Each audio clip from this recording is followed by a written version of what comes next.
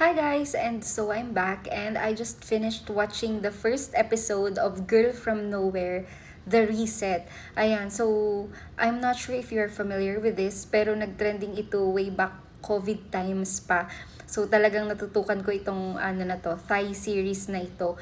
And I think they stopped until season 2 ata yun. Tapos ang sabi magkakaroon ng season 3 and upcoming seasons, pero up until now wala pa rin silang nire-release. Ang nirelease nila itong Girl from Nowhere, The Reset. Pero this time iba na yung characters.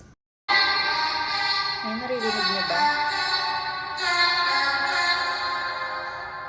Astig. So appealing. So appealing. And this is directed by Pokpong. โดนแอบถ่ายกันขนาดเนี้ย ครู Ayan. ต้อง So, จัดการพวกมัน yung first episode nitong series na to, of course, interesting siya kasi, syempre, knowing the root ng Girl from Nowhere, I was really expecting a lot from this release. And ayun lang, parang feeling ko walang makakapag-replace sa character nung original Nano. This time kasi si Miss Rebecca Patricia, tama ba? Rebecca Patricia yung yung nag-portray ng character ni Nano. And okay naman siya, somehow she's effective, pero hindi siya kasing devilish as compared dun sa original character ni Nano. And ayun lang, yung mga students dito nag-level up, talagang pure evil. Yung mga students dito na to the point na they could set up fake suicide daw. Tapos in reality sila naman talaga yung attempted to hang.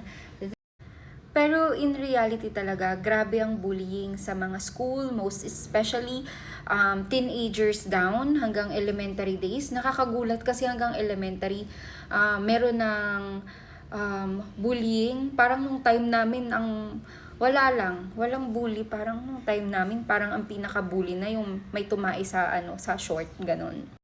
So, enough with the talking. Para sa akin, interesting naman tong Girl from Nowhere, The Reset. Kasi syempre, reset to eh. So, para sa akin, nag-level up yung mga characters, nag-level up yung mga scenes. And talagang aabangan mo siya. Episode 1 pa lang yung nire-release nila. And yung next episode, para naman siyang about sa mga psychomaniacs, ganun, na parang mga nag-film ng pornographic videos sa school. So, this one's interesting din. So, aabangan natin yung next episode na to. Still, kahit na iba yung characterization, hindi na yung original Nano yung nag-portray ng character, and nagbago yung almost entirely nung kwento. Not entirely, parang may mga na-improve, hindi nagbago, na-improve lang.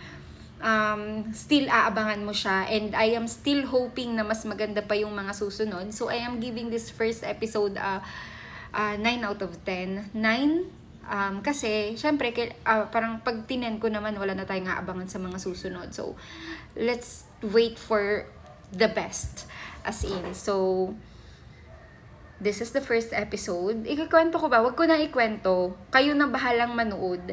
Kasi pag kwento ko, hindi nyo napapanoorin. Hindi na kayo magiging interesado. So it's better if you watch this episode. And that is my video for today. Thank you guys for watching. And until next time, maraming salamat and have a great day. Bye!